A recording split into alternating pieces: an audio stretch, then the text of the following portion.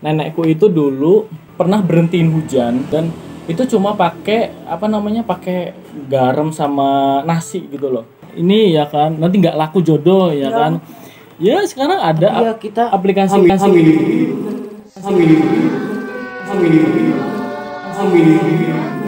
Saya nggak merasakan ada jin menyerang saya. Mungkin ke nenek saya nggak. Oke, next ya. Betul. Musim panas, musim hujan, musim kampanye. Oke, kembali lagi di channel YouTube Buru Misteri tanpa MKT. Kali ini kita akan bahas soal pamali. Apa itu pamali? Kalau menurut Kamus Bahasa Indonesia, pamali itu adalah larangan. Memang ya orang zaman dulu, khususnya orang tua nih yang biasanya ngelarang-larang anak-anak muda duduk jangan di depan pintu, ya kan? Jadi larangan-larangan tersebut itu berupaya ke kita gitu loh, mungkin ke anak muda ya kan, yang pada intinya larangan tersebut itu katanya ada akibatnya. Nah, kali ini narasumber kita, dia adalah seorang YouTuber juga ya kan, dan dia pun penasaran mungkin ya sama hal seperti ini. Sekarang kita akan coba sedikit bahas nih sama narasumber kali ini, Mas Tegar. Halo. Dari Random Podcast. Iya. Nah, Mas Tegar. Jadi gimana, Mas? Pamali ini kan sebenarnya masih jadi tanda tanya nih. Banyak orang yang nggak percaya sama pamali. Menurut Mas Tegar ini, percaya nggak sama pamali? Kalau saya pribadi mungkin antara percaya dan nggak percayanya itu yang penting saya menghargai aja sih. Oh, menghargai. Iya, karena memang okay. Dari saya tumbuh dari kecil sampai sekarang. Iya. Itu kalau di rumah gitu dari orang tua itu kayaknya nggak terlalu menekankan itu. Oh. Cuma paling kalau dari nenek sama kakek sih biasanya iya, tapi ya nggak memperdulikan juga sih. Memperdulikan ya. Tapi memang kalau misalnya memang udah kejadian apa yang dikatakan itu mungkin bisa aja aku percaya sih. Dan itu kejadiannya nggak cuma satu kali tapi pernah ada nggak? Maksudnya kejadian nih yang bener nih kata mungkin orang tua atau mungkin kakek nenek ya kan. Tegar jangan begini-gini dan akhirnya terjadi gitu loh. Pernah nggak mengalami hal tersebut? Belum sih. Belum pernah? Belum. Oh, tapi mungkin kakek nenek juga pernah ngelarang ya kan? Pernah. Tapi kalau misalnya kan aku kan seringnya sama orang tua nih. Iya. Kalau orang tua sih nggak terlalu menekankan hal itu ya. Emang udah dididiknya gitu kali ya. Iya mungkin sih. Jadi makanya aku juga mempertanyakan Mas sebenarnya. Malah nanya ke aku ya. Iya. Masih banyak orang yang nggak percaya dan aku pun salah satu orang yang percaya sih. Ya, percaya sama pamali karena dari keluargaku sendiri itu kan nggak menekan juga sebenarnya. Cuma keluargaku itu kliniknya itu mungkin kliniknya itu masih dipercaya. Jadi kayak contoh nih pernah nih ya. Nenekku itu dulu pernah berhentiin hujan dan itu cuma pakai pakai garam sama nasi gitu loh. Aku tuh kayak agak kerasa kagum loh, kok pakai garam sama nasi bisa berhentiin hujan. Jadi garam sama nasi itu bisa dilempar ke ke gendeng gitu, genteng gitu ya kan, ke atap rumah, nah dilempar dan di situ aku rasa kok nenekku sakti gitu ya kan. Kok bisa hujan berhenti gitu. Seketika nggak sekitar paling ada jarak berapa detikan itu hujan berhenti. Nah dari situ apa yang nenekku omongin jadi aku tuh percaya gitu loh. Nenekku ngelarang itu jangan begini ya aku percaya karena aku tahu dari nenekku itu bisa begini karena emang udah lihat secara langsung secara langsung. Jadi aku tuh waktu kecil pernah makan ya kan di pintu. Nah sama nenekku juga makan nggak boleh di situ nanti katanya sakit ya kan. Nah di situ aku langsung nenekku nih yang bilang, jadi aku takut lah, jadi minggir lah ya kan. Pasti. Nanti takut ada hal yang benar-benar terjadi ke badan kita yang nanti yang ada kita bener sakit. Nah terus kalau Mas Tegar sendiri ini pamali nih, kalau semisal iya benar Mas Tegar contoh nggak percaya nih ya, nggak percaya sama pamali terus melanggar pantangan atau larangan tersebut dan akhirnya Mas Tegar itu menyesal sakit ya kan contohnya sakit dan nanti di situ pemikiran Mas Tegar ya berarti pamali itu ada ya kan. Nah apa bakal tindakannya apa gitu loh? Sebenarnya sih kalau perihal percaya nggak percaya mungkin kalau lebih jelasnya aku itu percaya tapi ke filosofisnya gitu loh. Karena memang pamali kan memang latar belakangnya itu kan memang warisan budaya dari turun temurun ya. Betul. Turun temurun yang memang di situ produk budayanya itu folklore kalau nggak salah. Nah folklore itu kan ada yang sifatnya lisan, ada yang enggak. Nah pamali ini kebetulan mungkin folklore yang memang sifatnya lisan. Bisa aja di situ memang nenek moyang kita dulu yang memang merumuskan pamali ini. Saya rasa sih ada tujuan tertentu memang. Pasti sih. Nah, makanya di sini saya itu lebih percayanya ke filosofisnya. Kayak semisal contoh mungkin jangan keluar maghrib. Iya. Nanti anak-anak ya, biasanya konteksnya anak-anak jangan keluar maghrib nanti diculik sama setan atau kalau wewe gombel gitu kan. Iya. Nah, di situ saya memaknainya malah kalau kita keluar maghrib itu justru memang anak kecil itu kan memang bagusnya itu waktu-waktu maghrib itu tuh beribadah ya mungkin ya, ngaji gitu kan. Dan pandangan biasanya anak kecil itu kan pandangannya nggak terlalu kelihatan nih kan.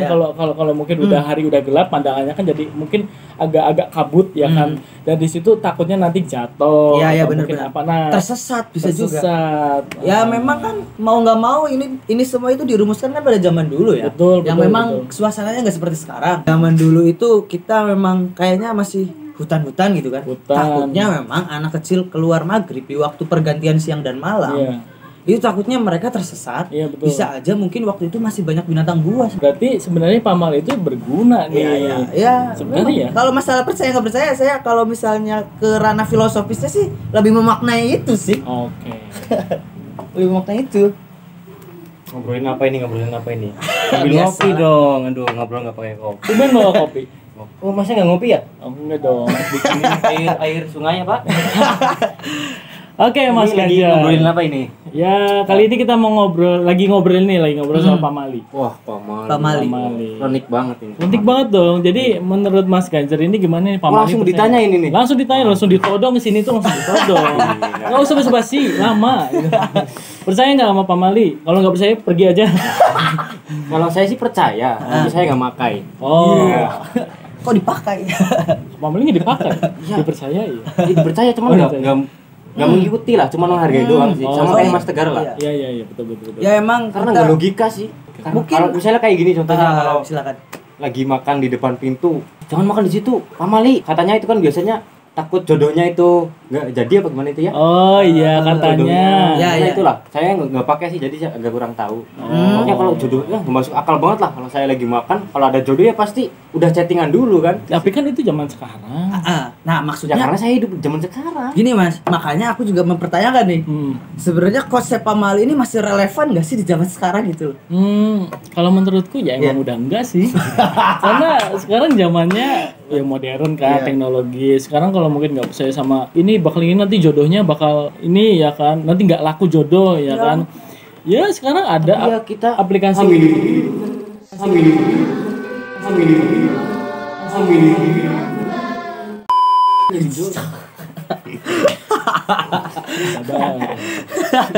makanya sekarang tuh ada aplikasi Tantan, aplikasi Tinder. Itu kan bisa mencari jodoh-jodoh.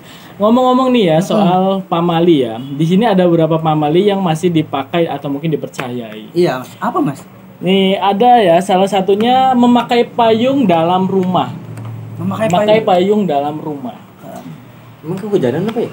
Ya, mungkin bocor rumahnya. Itu katanya apa nih kalau memakai payung? Orang yang suka memakai payung di dalam rumah akan selalu terkena cobaan yang berat. Mungkin cobaan berat yang dimaksud itu kalau tiba-tiba payungmu mencolok mata orang-orang di sekitar, bahkan orang tuamu. Itu sih lebih make sense sih, lebih masuk akal ya. Sebenarnya saya juga dulu pernah nih, konteksnya mungkin bukan payung. Apa? Ya payung pernah, rumah-rumahan pernah. Oh, ya tapi rumah-rumahan. Ditegur dulu sama nenekku. Gimana katanya? Katanya, jangan buka payung di dalam rumah.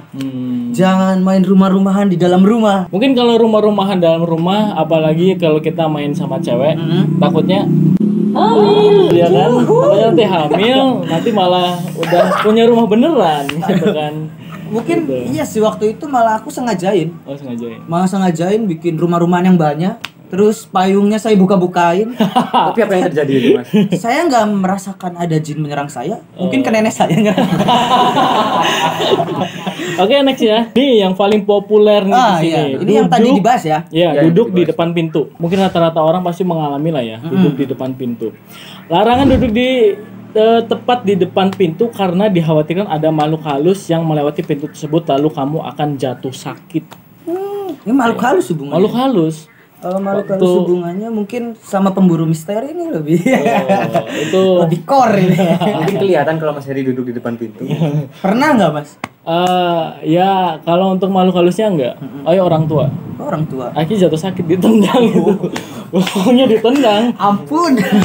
Ditendang sama orang tua. Ngapain duduk di depan pintu ya kan? Mau lewat gitu ya. Iya, mau lewat malah ditendang. Nah, terusan mungkin ini udah paling fenomenal ya kan.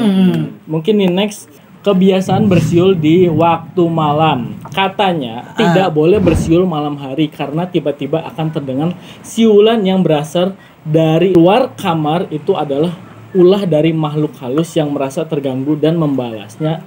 Betul sih, lagi pula bila ditinjau secara etis, siulan di malam hari bisa mengganggu orang-orang di sekitarmu. Ya, mungkin itu yang mengganggu orang-orang sekitar bisa. Iya, masuk akal sih, masuk akal. Iya. Makanya kalau lagi bersiul di malam hari ada yang lempar botol, itu preman. Itu bukan makhluk halus ya. Preman sebelah mungkin itu. ada balasan siul, mungkin sempritan hansip. Mungkin itu. Bisa jadi. Bukan siulan dari makhluk halus. Bukan siulan. Nah, itu tadi ada beberapa pamali-pamali yang mungkin masih dipercayai di negeri kita Indonesia ini. Apakah sebenarnya pamali itu emang cuma ada di Indonesia ya? Maksudnya, di luar negeri ada nggak? Kayaknya memang folklore yang tadi aku bicarain, kayaknya sih memang itu turun-temurunnya dari nenek moyang kita di Indonesia ya. Oh iya sih. Nah, untuk saat ini, mungkin jangankan di luar negeri, Mas. Maksudnya kita di negara sendiri, di beda kota aja yang lebih metropolitan gitu, kayaknya emang udah sepertinya nggak kepake konsep ini gitu loh. Kayaknya emang nggak kepake sih karena. Contoh memang kalau misal anak-anak jangan keluar maghrib yang tadi ya. Iya. Nanti kalian akan diculik oleh setan. Tapi kalau di kota-kota kan mainnya ke mall. Diskotek. Mungkin kalau di gunung sih ya mungkin sih. Ya mungkin kalau di hutan berarti masih masuk akal. Terus juga kan perbedaan waktu di luar negeri ngaruh. Kalau semisal di kita memang jangan keluar maghrib, kita kan negara tropis. Iya. Memang waktu maghribnya memang jam segitu terus. Iya betul. Tapi kalau di luar negeri jangan keluar waktu maghrib atau melewati jam 6. Di sana bisa aja jam 6 masih terang, masih ada sunset. Iya kan, memang kita kan negara tropis, beda sama negara yang negara di luar negeri di luar sana yang banyak musim. Kita kan ada 3 musim. Iya betul. Musim panas, musim hujan, musim kampanye. Oke lah, daripada konten ini jadi konten ngawur, sekarang kita akan tutup ya. Terima kasih yang udah nonton. Terima kasih Mas Tegar. Iya, makasih Terima juga kasih Mas Ganjar. Kali ini ya, alhamdulillah kita udah membahas soal pamali dan ya seperti itulah pamali di negeri kita ini. Jangan lupa like, komen dan juga share dan juga subscribe juga. Jangan lupa subscribe Random Podcast. Random Podcast. Oke, terima kasih. Bye bye.